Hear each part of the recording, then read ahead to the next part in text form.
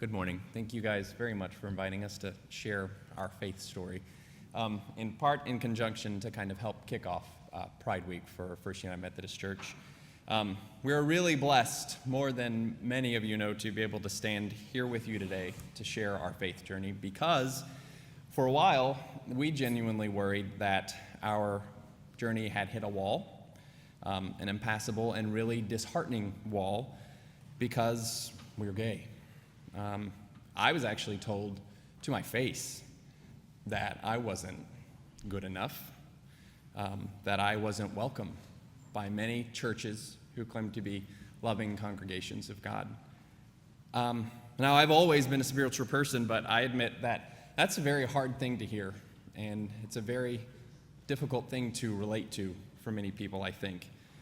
But I didn't want to join a church because we are gay. I didn't want a church who welcomed us because of our lifestyle. I also didn't want to join a church that loved me despite that fact. I call them the Bless Your Heart Church.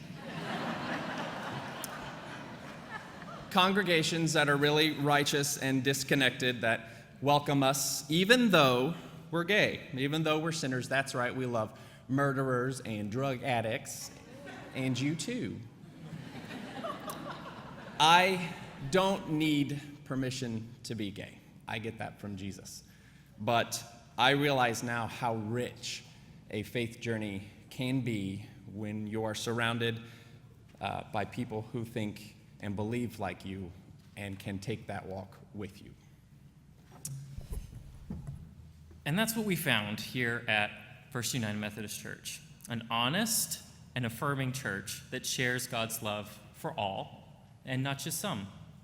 There's no exception to that. A church that talks the talk and walks the walk, out on the streets, taking care of our community, getting dirty and involved in the sometimes ugly side of mission work, and our social justice. This place does exactly what we're supposed to be doing: making a difference, changing hearts, changing minds, and being a part of it all has genuinely changed our lives. We are just like you. We are sons, we're brothers, we are best friends, we're colleagues, we're gay uncles to dozens and dozens and dozens of children, and that's just Modern Families. That's just them.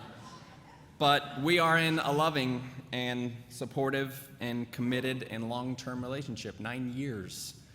And like many of you, the only actual difference between us is that because of a distorted perception of God's love and law, we couldn't even seal the deal.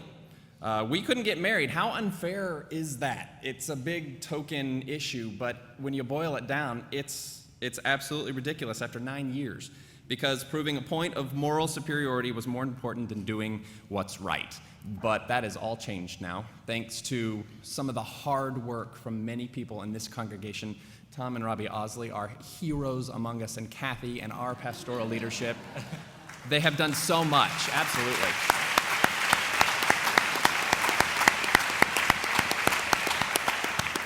The law now applies to us because of that bravery and hard work. And because of your love and affirmation, for really the first time, we've been able to live kind of out loud as a couple, not as the roommates or maybe not as the partners because we have a law firm or something, but because we are really in a relationship and we're allowed to behave that way because we love each other. And I can't tell you how much that means to us. One day soon, in fact, God willing, we may even be able to walk down the aisle of this church that we love so much, and nothing means more than that to me. But there's a lot of work to be done before that happens. One of the most important things that has to happen before we do that is that I probably should, with the permission of your parents,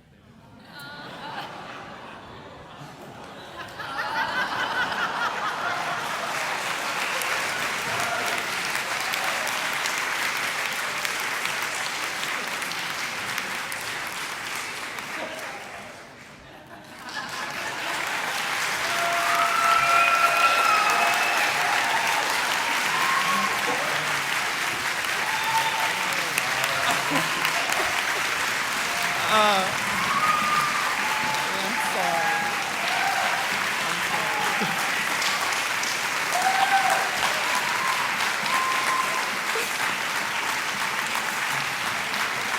I spoke to his parents before I did this, I promise, and this may be the shortest marriage in history because he's going to kill me after this. Hi, Mom. Hi, Dad.